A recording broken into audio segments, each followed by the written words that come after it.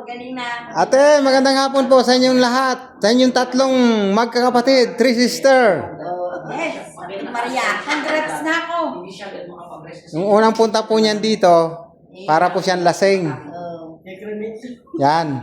Ano pong sabi ng kapatid nyo? Pag namatay, cremate na lang. Nahihirapan daw kasi siya. Pag namatay, cremate na lang daw. Talagang sinabi mo yun, te? Oo, talaga. Sinabi niya. Dahil ano ba sa pakiramdam mo, ate? Bakit nasasabi mo yun? I'm healthy now. Hindi! Strong. Bakit nasabi mo na pag namatay ka, i-cremate ka na lang? Kasi ano bang nararamdaman mo noon? Hirap na po ako tapos hindi ako makahinga. Akala niya kinukulam siya. Ako, hindi ako makatulog. So, nung dinala po ako dito, nagkaroon ako ng pag-asa. Isang buwan siya nila Yes. paggabi, nanginginig. Yun. So, Ngayon, yun teka na lang, yun. nakaroon na daw siya ng pag-asa, naghanap na rin ng pag-asa ang boyfriend niya. Oo. Dalaga yan. Ayun po dyan ang No. available. Pakinggan mo na ako. No kiss, Apa. no is everything. Never been touched, never been kissed. Oo.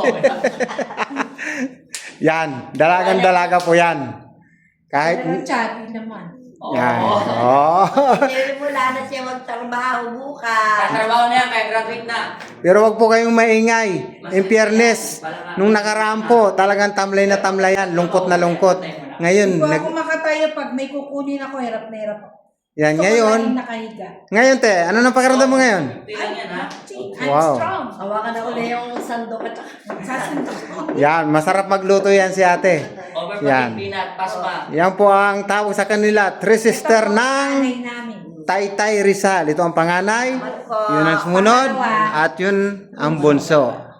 Ingat po kayo sa pag-uwi. Ito naman si nanay pala, yung kapatid nila, Patatag na yun. may Yan na sinusitis. po yan, taon na. Laging barado, minsan wala akong maama, laging sakit ang ulo ko. Ngayon po, nalalanos ko na yung lamig ng ano. Kahit po nasusunog na yung niluluto ng kapatid mo, hindi mo naamoy. Hindi ko na may sunog na pala yung Adobo ko. Kanina po, nung sinundot niya po ng Hello. 3 bisis yata yun yung ilong mo, ano nang pinakaiba? Ano siya, parang lumulok siya. Nawala pa yung sakit ng ulo ko, mabigat. Ah, maginhawa na. Yes. Ikaw naman ate, kumusta na yung balakang mo? Ay, okay na po. Never be, Pwede never wala na po please, yung never pwede lang be. man ang balakang. Naninipa na. Ayan, susuntokan na kami. Sabi niya, never be, never kiss, never be, touch. Ayun. Ate, salamat ng marami sa inyong three sister. Yan. Thank you po. Ang sasaya na nilang magkakapatid. Yan. Thank you sa Ingat kayo sa pag-uwi. Kaya po. Mag-asawa ka na para makapag-touch na sila sa'yo. Kukunin kitang ninong pag nag-asawa. Thank you po, Papa Jesus.